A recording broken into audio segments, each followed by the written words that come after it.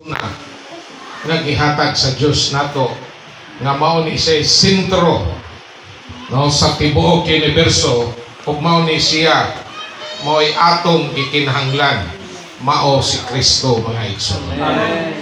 Yang kining personaha naa na sa atong sulod. Yes.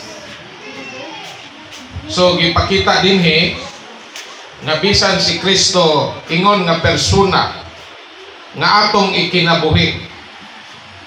Og ingon ta nga persona mahimo siya nga maunay ato ang sundon. No?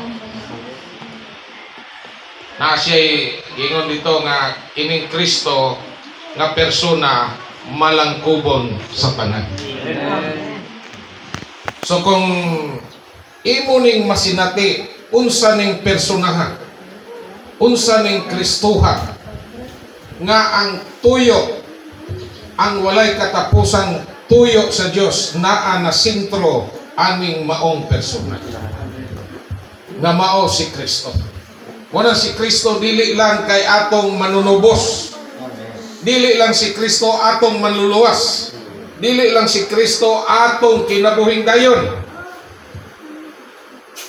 kundi si Kristo siya ang tanang aspeto sa tanang positibong butang.